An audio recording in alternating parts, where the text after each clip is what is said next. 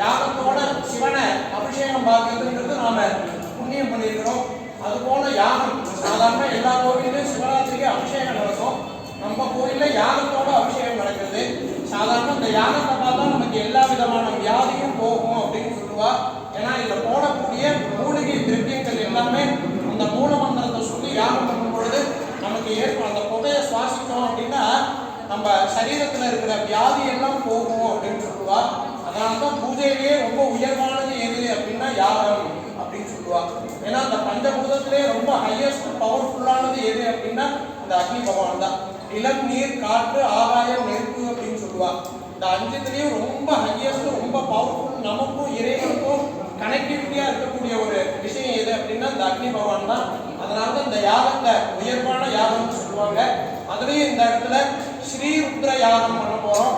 பிள்ளையார்லேருந்து ஆரம்பிச்சு எல்லா தெய்வத்துக்கும் ஹோமம் பண்ணிட்டு கடைசியா ஸ்ரீருத்ர மந்திரத்தினால நாம ஹோமம் பண்ண போறோம். இந்த ருத்ரம் அப்படிங்கிறதுக்கே என்ன அர்த்தம் அப்படின்னா ருத்ரத்தை நாம சொன்னாலும் சரி, இல்ல ஆத்துல நம்ம ஏதாவது காதால கேட்டாலும் சரி, நமக்கு ஏற்படக்கூடிய எல்லா விதமான பாபமும் தீரருது அப்படின்னு சொல்லுவா.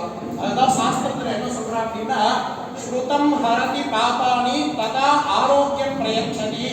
ஸ்ருதம் ஹரதி பாபானி. ஸ்ருதம்னா நம்ம மந்திரத்தை காதால கேட்டால் போதும். ஹரதி பாபானி. ஹரம்னா என்ன அப்படின்னா நீக்குதல்னு அர்த்தம். நாம செய்யக்கூடிய பாவத்தை எல்லாம் நீக்கக்கூடிய இந்த ஸ்ரீருத்ர மந்திரம். ததா ஆரோக்கியம் பிரயச்சதி. ஏதாவது ஒரு விஷயம் நாம இந்த ருத்ரத்தை கேட்டா ஒண்ணு போல இன்னொன்னு நமக்கு கிடைக்கும் அப்படிங்கிற மாதிரி ததா ஆரோக்கியம் பிரயச்சதி. இன்னைக்கு வாழ்க்கையில நமக்கு ரொம்ப முக்கியமான விஷயம் எது அப்படின்னா எவ்வளவு பணங்காசு இருந்தாலும் அதை அனுபவிக்கிறதுக்கு நம்ம உடம்புல ஆரோக்கியம் வேணும். அந்த ஆரோக்கியத்தை கொடுக்கக்கூடியது இந்த ஸ்ரீருத்ர மகாமந்திரம்னு சொல்லுவா. அது போல ருத்ரம் அப்படிங்கிறதுக்கே மீனிங் என்ன அப்படின்னா முதல் வார்த்தை ரூ. அந்த ரூங்கிறதுக்கு பாபம்னு பேரு. திர அப்படின்னா நீக்குதல்னு பேரு. பாபத்தை நீக்கக்கூடிய மகாமந்திரம் அப்படின்னு சொல்லுவா. அது போல போன வருஷமே இந்த வாக்கியத்தை சொன்ன மகாபெரியவா ஒரு சதசல சொல்ற.